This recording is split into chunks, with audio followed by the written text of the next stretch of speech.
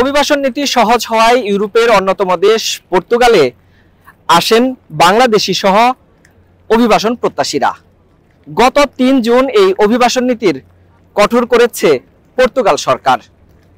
যারা পর্তুগালে এরই মধ্যে এসেছেন এবং অভিবাসনের আবেদন করতে পারেননি, তাদের ভাগ্যে কি রয়েছে আমরা আজ তুলে ধরব কালবেলার প্রতিবেদনে। দীর্ঘদিন ধরেই পর্তুগালে অভিবাসন নীতিমালা পরিবর্তনের গুঞ্জন ছিল। মার্চে ক্ষমতায় আসার পরই মন্টিনিগ্রো সরকার এই পরিবর্তনের আভাস দিচ্ছিল। অবশেষে ৩ জুন এ বিষয়ে ঘোষণা আসে। বন্ধ করা হয়েছে অভিবাসন প্রত্যাশীদের সেভ এন্ট্রিও। মিনিস্টার ফ্রিজ কিনুন হাম্বা জিতুন, আরো আছে আকর্ষণীয় উপহার। পর্তুগালে অভিবাসন প্রত্যাশীদের আলোচনার কেন্দ্রবিন্দু এখন নতুন এই সিদ্ধান্ত। যারা নতুন করে পর্তুগালে প্রবেশ করেছেন কিন্তু আবেদন করতে পারেননি, তাদের ভাগ্যে কি ঘটবে তা নিয়ে চলছে নানা আলোচনা। এই নতুন সরকারে সেভ এন্ট্রি একেবারে বন্ধ করে দিছে।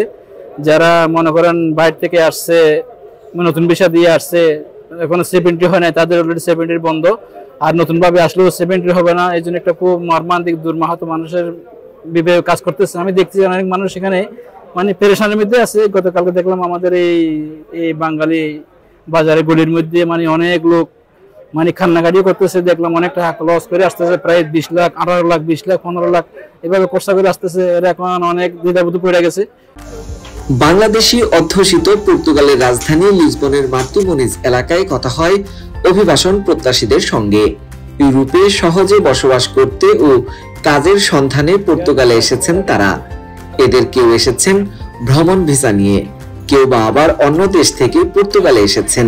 তাদের অনেকেই খরচ করে ফেলেছেন 15 থেকে 20 লাখ টাকা। কেউ কেউ ইউরোপের অন্য দেশে বৈধ হতে না পেরে পাড়ি জমিয়েছেন পর্তুগালে।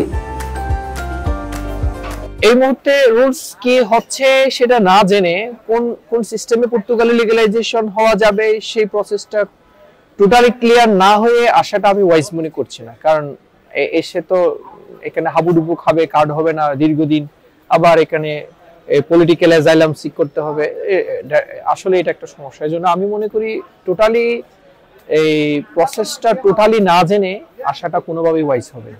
গত 22 তারিখে দেশে আসছিলাম, মানে অনেক আশা প্রত্যাশা নিয়ে আসছি। বিগত 2 মাস ধরে আমি ফ্রান্সে ছিলাম, মানে কাগজ করার জন্য অনেক হতাশা ছিলাম যে ফ্রান্সে কাগজ করতে পারবো কিনা। কিন্তু পরে শেষমেশ দেখলাম যে ভাই পর্তুগাল ছাড়া আমাদের বাংলাদেশিদের আর কোনো মানে কাগজ করার আর কোনো সহজ উপায় নেই।